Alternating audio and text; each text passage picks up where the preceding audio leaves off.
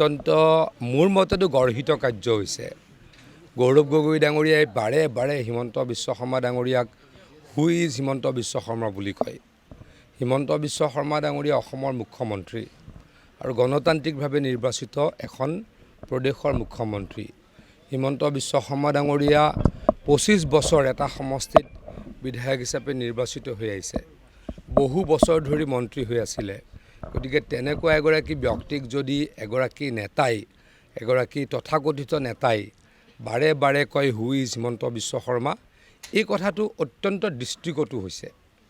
মই সেইকাৰণেই ভাবিবলৈ বাধ্য হৈছোঁ, যিহেতু তেখেতৰ পিতৃ 3বাৰ মুখ্যমন্ত্ৰী আছিল, তেখেতে বিদেশত পঢ়া শুনা কৰিছিল, তেখেতে অসমীয়া ভালদৰে নিশিকিলে।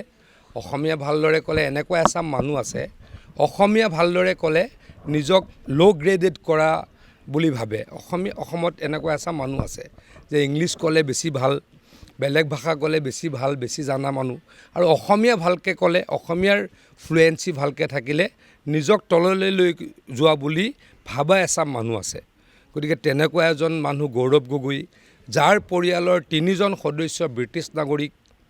গতিকে তেওঁ নিশ্চয়কৈ ভাবিব পাৰে হিমন্ত বিশ্ব শৰ্মা কোন। অসমৰ ৰাইজে নাভাবে কাৰণেই হিমন্ত বিশ্ব শৰ্মা ডাঙৰীয়াক মুখ্যমন্ত্ৰী পাতিছে। হিমন্ত বিশ্ব শৰ্মা ডাঙৰীয়াৰ নেতৃত্বত যোৱা 5 বছৰত অসমত যিমান নিৰ্বাচন অনুষ্ঠিত হৈছে, প্ৰত্যেকটো নিৰ্বাচনতে ৰাইজে তেখেতক বা তেখেতৰ দলক জিকাইছে।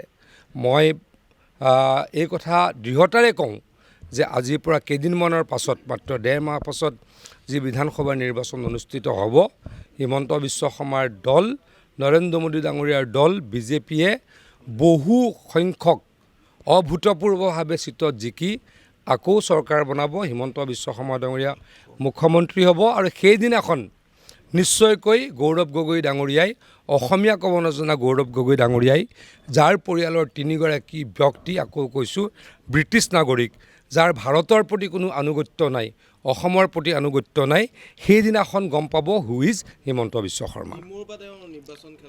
মই নাজানো ক'ৰ পৰা খেলা আমাৰ